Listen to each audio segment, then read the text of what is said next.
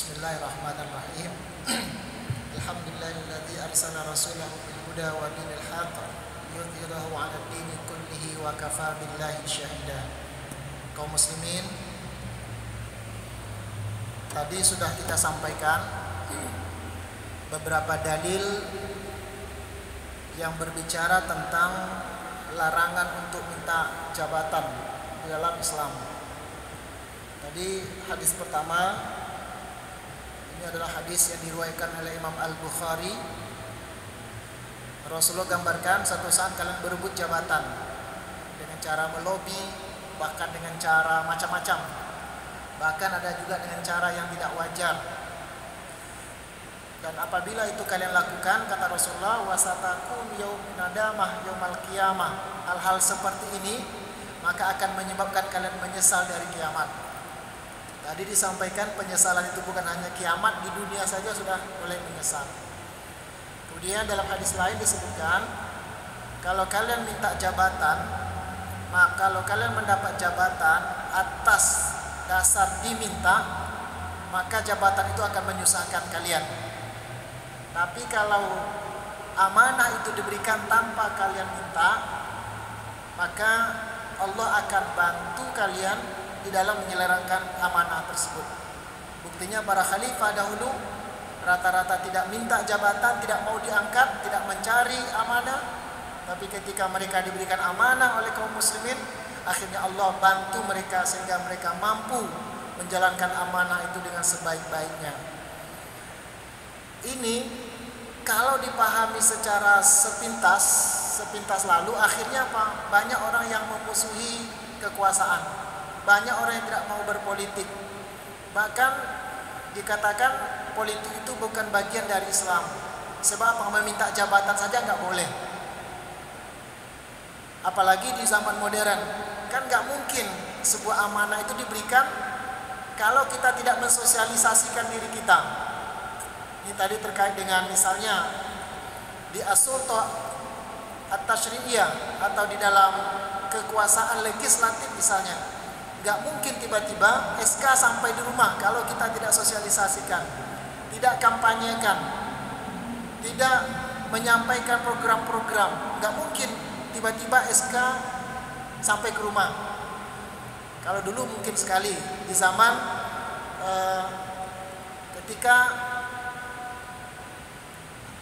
Umar bin Khattab di ujung hayatnya, tanpa diminta oleh sahabat lain, beliau memanggil sahabat satu persatu. Akhirnya diberikan jabatan satu persatu tanpa diminta. Nah, zaman sekarang nggak mungkin lagi. Maka muncul pertanyaan sederhana, kalau begitu apa hukum orang yang mempamerkan fotonya, nampak fotonya, atau menyampaikan pilihlah saya, atau melobi orang lain supaya memilih dia, melobi ke sana kemari, berkomunikasi dan sebagainya. Apakah itu bertentangan dengan Islam atau tidak? Bahkan kalau mau lebih serius lagi, apakah kampanye politik itu boleh nggak dalam Islam? Kalau dilihat dari dalil yang tadi jelas dilarang, karena kita dilarang untuk meminta jabatan. Tetapi Islam ini adalah agama wasatiyah, yang tidak ifrat dan tidak tafrid, yang tidak ekstrim kiri dan kanan.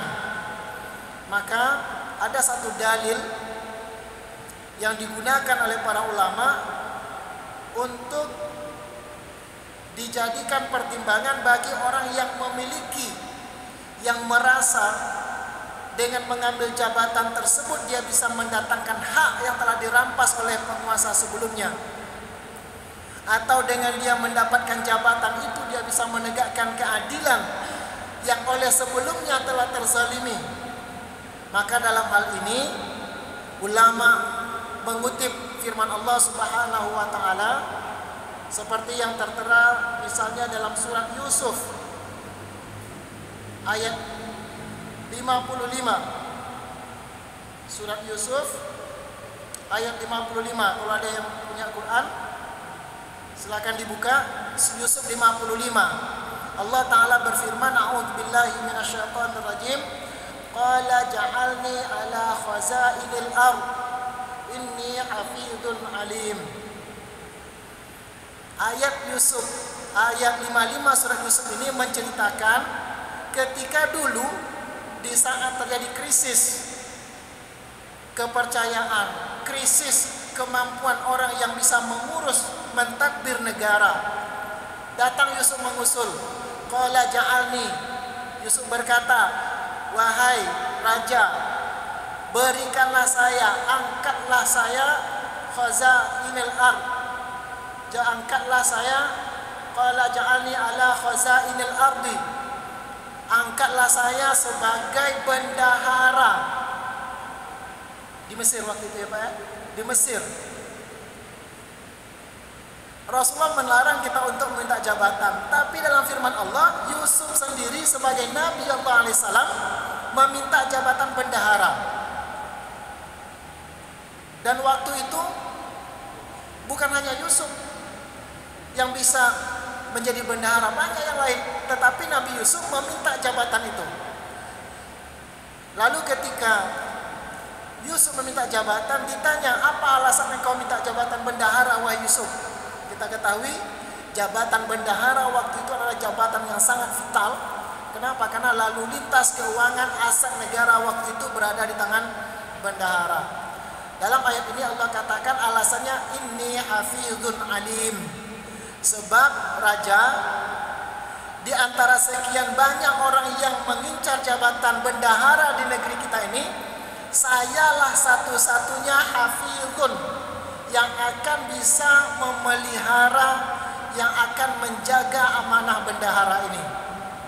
Kemudian alimun, dan saya memiliki kemampuan ilmu untuk mentata kelola, melakukan pengelolaan, menorganize, melakukan tata kelola keuangan. Oleh karena itu mintalah saya jabatan ini.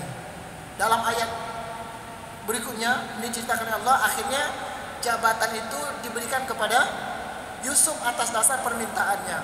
Bahkan bukan hanya jabatan bendahara, bahkan Yusuf diangkat menjadi pemimpin utama di negeri Mesir pada waktu itu. Ada dua dalil bertentangan. Tadi Rasul mengatakan jangan minta jabatan, di sisi lain Al-Quran mengatakan Yusuf minta jabatan. Akhirnya ulama memberikan kompromi dalam kedua dalil ini yang disebut dengan al-jam'u, yaitu dikompromikan, sehingga muncul natijah. Apabila kalian minta jabatan semata-mata untuk kepentingan kalian, kepentingan duniawi saja, maka jabatan itu akan menyengsarakan kalian. Tapi apabila ada niat perjuangan di situ, memelihara agama, memelihara keuangan negara, sebab yang lain apabila diberikan, mereka akan khianat, mereka akan zalim, dan kita meyakini kita yang akan mampu menghindari kezaliman tersebut, waktu itu justru mengambil jabatan itu adalah sebagai pilihan yang terbaik menurut Islam. Apalagi kita memiliki kemampuan. Oleh karena itu kaum muslimin yang berbahagia, dalam bab su'alil imarah, yaitu meminta jabatan ini, akhirnya para ulama menyimpulkan itu tergantung pada siapa yang akan maju. Sebab begini kaum muslimin yang berbahagia, kalau kita hanya, apalagi umat Islam ini hanya berpegang kepada satu dua hadis tadi, maka akhirnya apa? Urusan-urusan ammah, tadbiru syu'unil ammah lidaulatil islamiyah, yaitu urusan-urusan publik, tidak mau orang-orang yang hebat, orang yang amanah, yang hafiz mengambilnya, maka akan diselenggarakan oleh orang-orang yang khianat dan orang yang akan melakukan kezaliman. Oleh karena itu kaum muslimin yang berbahagia, dalam pandangan siasat iya, boleh kita ambil jabatan kalau kita yakin mampu untuk melaksanakan, untuk menegakkan keadilan sebagaimana An-Nisa 58 tadi, idza hakamtum bainan nasi an tahkumu bil adl. Kalau kita mampu untuk menyelenggarakan keadilan di antara manusia, maka ngambil amanah itu justru lebih terhormat daripada kita tolak.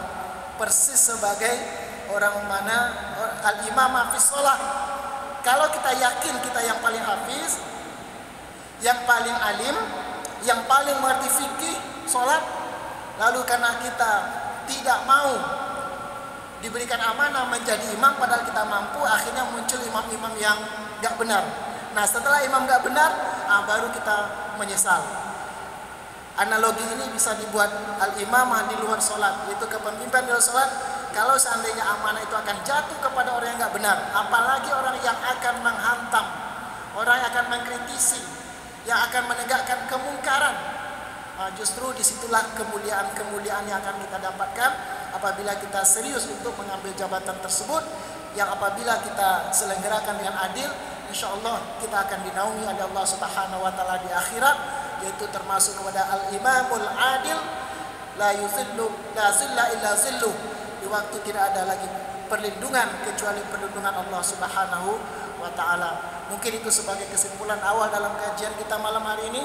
Mudah-mudahan bermanfaat kita semua. Bagi ada yang perlu didiskusikan, kita berikan waktu, tidak usah lama-lama, sebentar aja lah, 10 atau 15 menit. Ya, terima kasih.